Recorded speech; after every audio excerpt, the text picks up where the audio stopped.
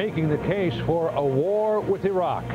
Vice President Cheney argues for a preemptive strike to keep weapons of mass destruction out of terrorist hands. We must take the battle to the enemy, and we will prevail.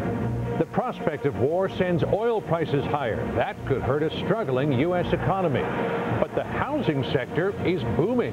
New home sales hit a record high. And the tragic end to the search for 2 missing girls.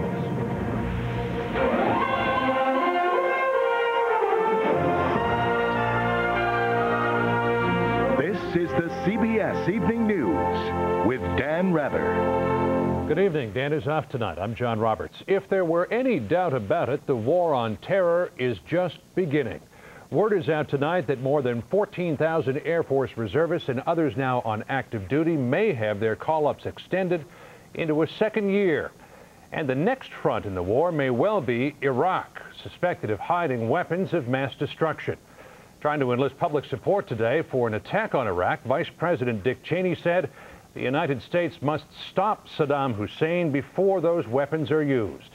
CBS News White House correspondent Bill Plant has our report. The vice president made the administration's strongest case yet for a preemptive military strike against Iraq, vowing any action necessary to protect the nation's security.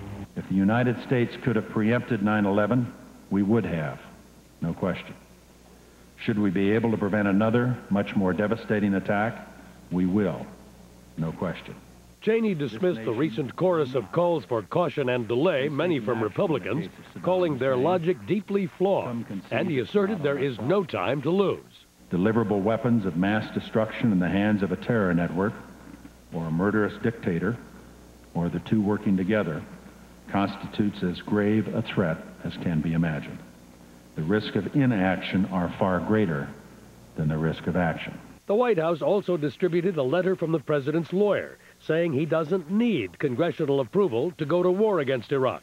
In addition to his constitutional powers, says counsel Alberto Gonzales, the Congress last September gave Mr. Bush support for use of force against anyone who aided the September 11th attacks or harbored those who did so. White House lawyers have given their opinion about the constitutional prerogatives that the president enjoys when it is a matter of the exercise of military authority. Fleischer says the president will still consult with Congress, and members on both sides of the aisle say that he shouldn't rely only on his lawyers. You can make a constitutional case, he's right, but I think it'll be a dreadful decision on his part. He ought to call his father, listen to his father. His father made the case he didn't have to come to Congress in 1989, but he did. And it was a wise decision. And anyway, under the circumstances, Mr. Bush won't have much problem with Congress. Congress is going to give him what he wants. And certainly the lesson of Vietnam is that you wouldn't want to go into a situation like this unless you could share the blame or share the credit. But questions continue about the wisdom of unilateral action by the U.S. Another Republican veteran of the first Gulf War, former Secretary of State James A. Baker, urged the president to get support from the UN Security Council. We should try our best not to have to go it alone, said Baker. The costs in all areas will be much greater, as will the political risks. This Bush administration says that it will consult with its allies, but it also says that it's willing to act without them. They're much more worried here about keeping the support of the American public. So look for Pentagon briefings to begin on Iraq's weapons of mass destruction and its ties to terrorists. John? Bill Plant live tonight from the White House. Bill, thanks. In the Iraqi city of Basra today, there were funerals for 8 people Iraq says were killed yesterday in U.S. and British airstrikes. Officials of Saddam Hussein's government led the funeral procession. The U.S. Central Command says Allied planes dropped precision-guided bombs on Iraqi air defense installations. Iraq says the bombs also hit civilian sites. The prospect of a new U.S. war with Iraq has sent world oil prices higher. Here in New York today, they topped $29 a barrel. U.S. gasoline prices have been holding steady tonight, averaging $1.40 a gallon nationwide. That's about 9 cents lower than a year ago. But Anthony Mason reports prices in some places are beginning to creep up, which could put the fragile economic recovery at risk. You've probably noticed gas prices. They're going up again. And so in some regions is the cost to fill up. There you go, 17 bucks. It's ridiculous. The reason? Crude prices are again flirting with $30 a barrel, up almost 50% from the beginning of the year, in part due to rising demand. But probably more than anything, it is Iraq. Analyst Phil Flynn says the threat of a U.S. attack on Iraq in the midst of the volatile oil-producing Middle East has put a $3 war premium on every barrel of oil. And if you look at oil prices right now, they're really telling us that there is going to be an attack, and it's probably coming sooner rather than later. One clue, over the past 7 weeks, U.S. oil supplies have dropped from 321 to 303 million barrels. Many traders suspect the government is quietly storing up reserves. We're seeing evidence right now that oil is being put away. We don't know where it's going, but we have a pretty good idea. It's going into a salt mine somewhere, getting ready to be released on the event of an attack. In 1990, in the run-up to the last Gulf War, oil prices soared to more than $40 a barrel, but they soon fell back. The more high-tech U.S. economy is less vulnerable to oil prices than it used to be. But this price spike could prove to be an obstacle for a sluggish economy trying to pick up speed. I'd say it's a mild headwind. Especially, says economist Jim Glassman, if oil stays near $30 for a while. That's equivalent to it would have the economic effect of the stock market declining 10%, for example. Some commuters are already taking action. Try to carpool as much as possible. Or switching to lower-grade gas. Because I save about $4. So an economy trying to find the accelerator could find fuel slowing it down. Anthony Mason, CBS News, New York. The Bush administration's efforts to protect the homeland have had a run-in with the federal court and the Constitution. At issue, Attorney General John Ashcroft's attempt to keep deportation hearings closed to the public. As Wyatt Andrews reports, the court today said, open them up. In the sharpest rebuke yet to the Attorney General's demand for secret deportation hearings, a federal appeals court in tough language called the policy unconstitutional, adding tersely, democracies die behind closed doors. The case involves an Arab immigrant, Rabi Haddad of Detroit, who was staying on an expired tourist visa and who was arrested after the FBI raided his charity, the Global Relief Foundation, on suspicions the group had ties to terrorists. Even though no charges were filed, the Justice Department labeled Haddad and hundreds of other Arab immigration cases as, quote, special interest cases, and ordered judges to keep their deportation hearings closed. Civil rights groups tracking the Haddad case call the court's rebuke overdue. The judicial branch is starting to perform its function, telling the government, in these cases, you've gone too far. This is not a country that engages in secret hearings, secret deportation, star chamber proceedings. The Justice Department defends the secrecy, comparing the anti-terror investigation to a mosaic, where even tiny pieces of public information might give the enemy a larger picture. Releasing even the names of those arrested, the Attorney General has argued, hurts the cause. We will not further provide a list to Osama bin Laden of all the individuals about whom he has an interest, so that he might know that. If he wants such a list, he'll have to try and assemble it himself. Right after 9/11, most courts were reluctant to second-guess the government's investigation of Arab immigrants. That's what's changing. This ruling marks the third time that federal judges in different areas of the country have ruled that Ashcroft has overstepped his authority. John? Wyatt Andrews tonight live from Washington. Wyatt, thanks. On Wall Street today, stock prices closed higher. The Dow was up 46 points. The NASDAQ gained 11. A report out today says that as the market slumped this summer, investors pulled a record $49 billion out of mutual stock funds in July. Many Americans are putting their money now into real estate. New homes were selling in July at the fastest pace on record. Bob Orr reports on this ever so humble investment.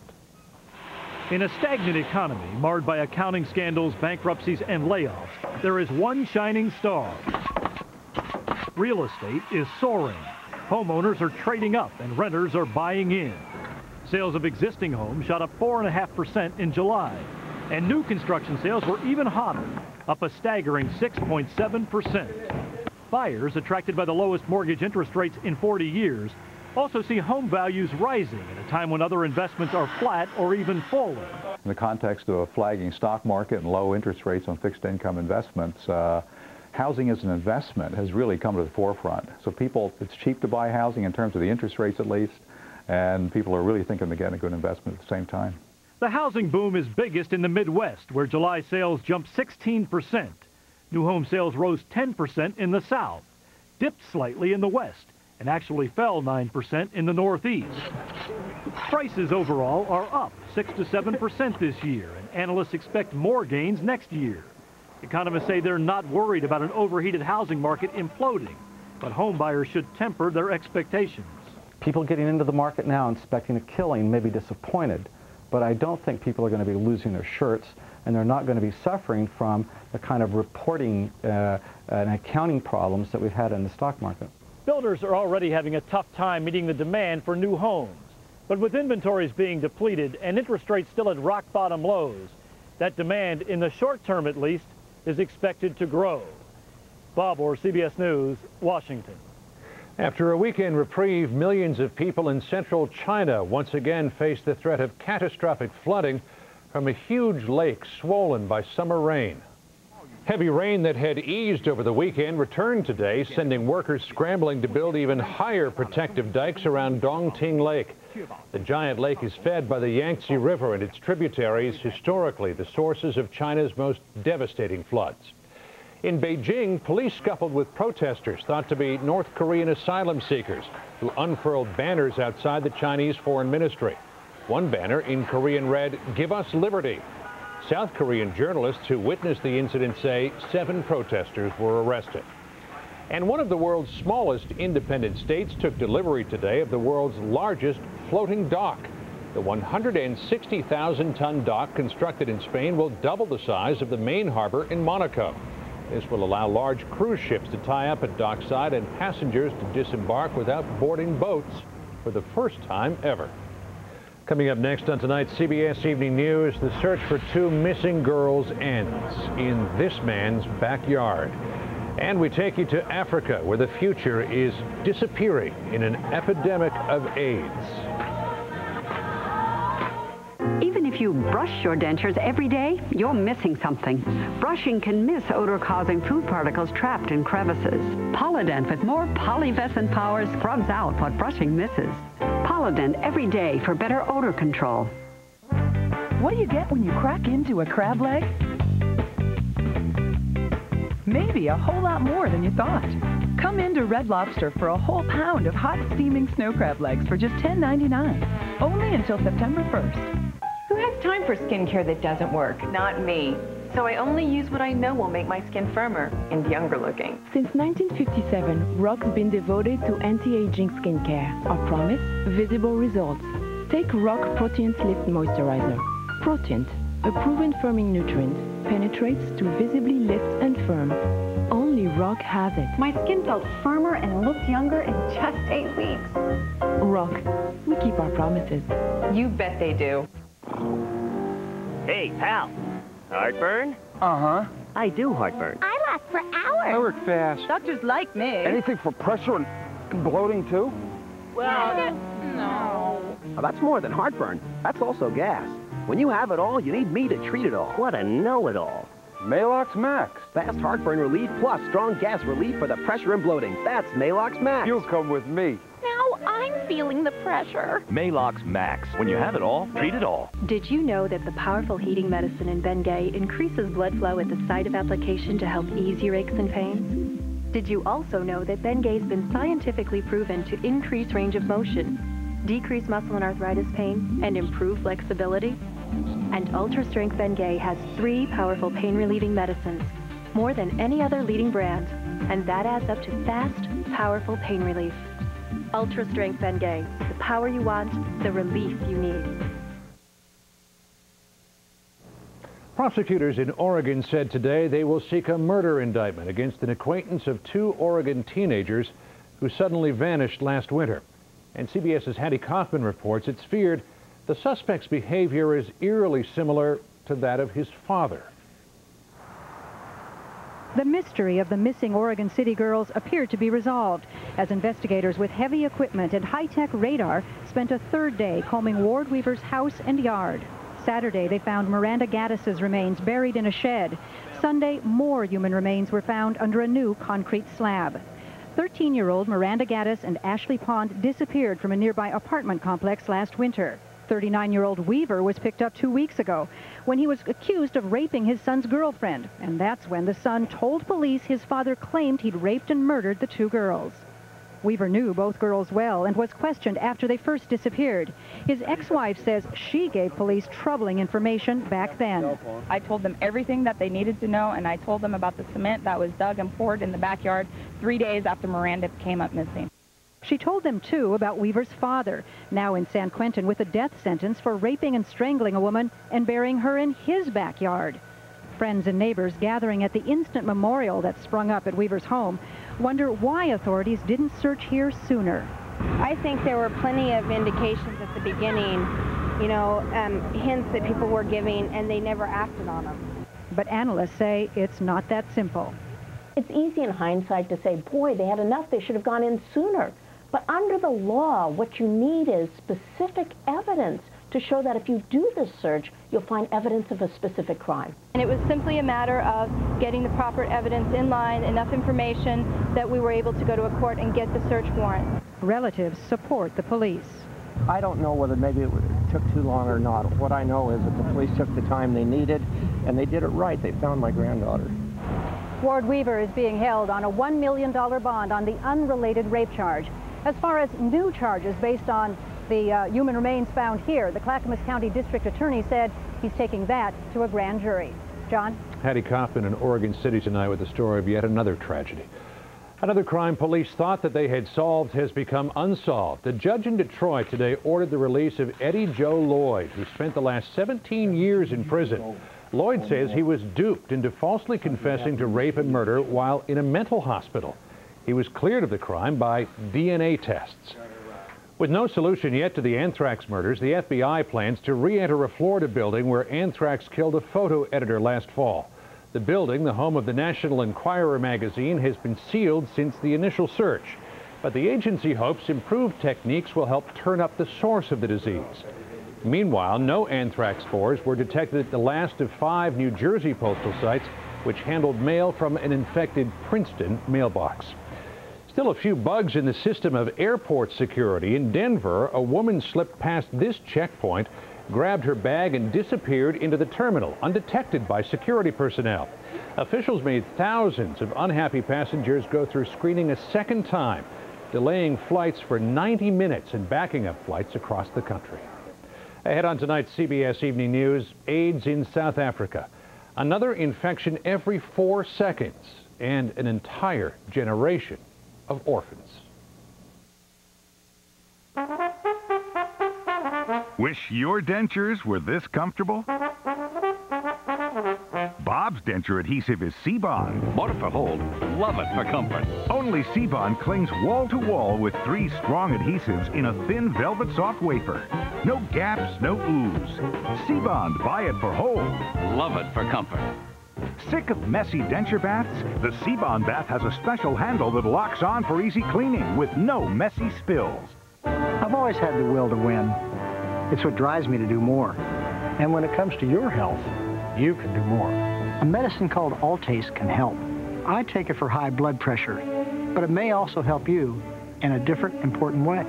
If you're 55 or older and have had a heart attack or stroke or have diabetes, plus another risk factor, you can do more. When added to existing medications, Altase was clinically proven to further reduce the risk of stroke, heart attack, and cardiovascular death.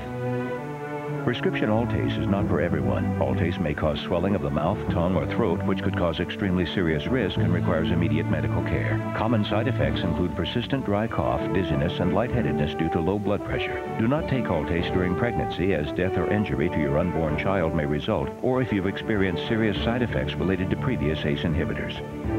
You can do more. Go ahead. Ask your doctor about Altase. Hey, Daddy, look. I'm just like you. You got your own wheels and a bucket, too. But my tank is on empty. Bet Mama knows what to do. She knows how to treat a man when he got the blues. He got the blues. Kraft macaroni and cheese. The Blue Box Blues. Moms know how to treat the blues. Kraft cheese and macaroni. That's cheesiest. Mama, you made our day. Now I'll be on my way, 'cause I got the blues.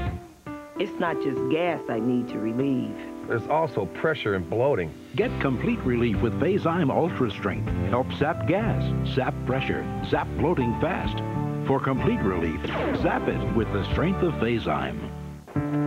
Got back pain? All right, here's what you do. Make a beeline for the pain reliever aisle. And grab the powerful pain reliever that gives you 8 hours of heat to relax your tight muscles. Yeah! Thermacare heat wraps for back, neck, and menstrual pain.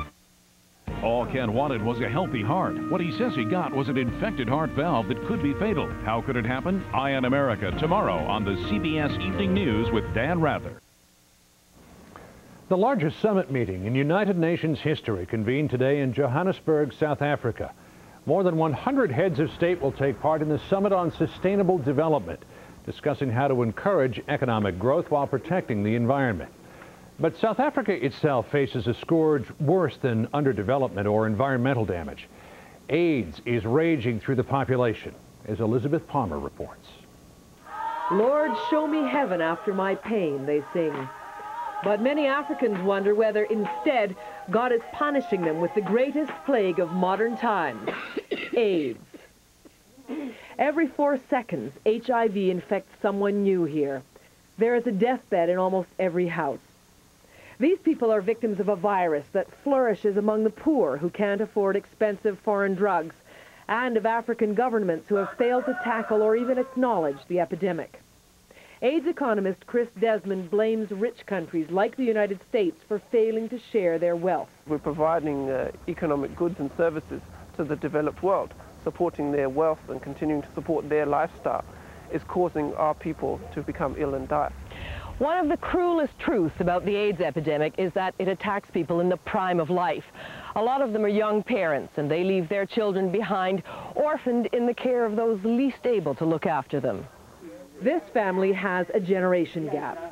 At 78 and 63, the Indevela grandparents are mother and father again to their orphaned grandchildren. 4 of the Indevela's own adult sons and daughters have died of AIDS, leaving these young children behind. The household income, one tiny old age pension, barely buys food for the family, and there's no money for school, so the children stay home and do chores. By 2015, there may be as many as 6 million AIDS orphans in South Africa whose hopes of getting a decent job or learning a skill died with their parents. Social worker Virginia Nzama snaps a portrait of the Seseng family before the youngest, who's HIV positive, gets too ill. The children's mother died just 3 weeks ago. Did she tell you that she was HIV positive herself? No, says 16-year-old Sipiwe, but I guessed because at school we learn about HIV. These are memory boxes to keep precious family photos and mementos safe. AIDS experts say the Johannesburg Earth Summit, 400 miles away, will only be a success if it can guarantee children like Sipiwe a future beyond their tragic past. Elizabeth Palmer, CBS News, Gamalake, South Africa.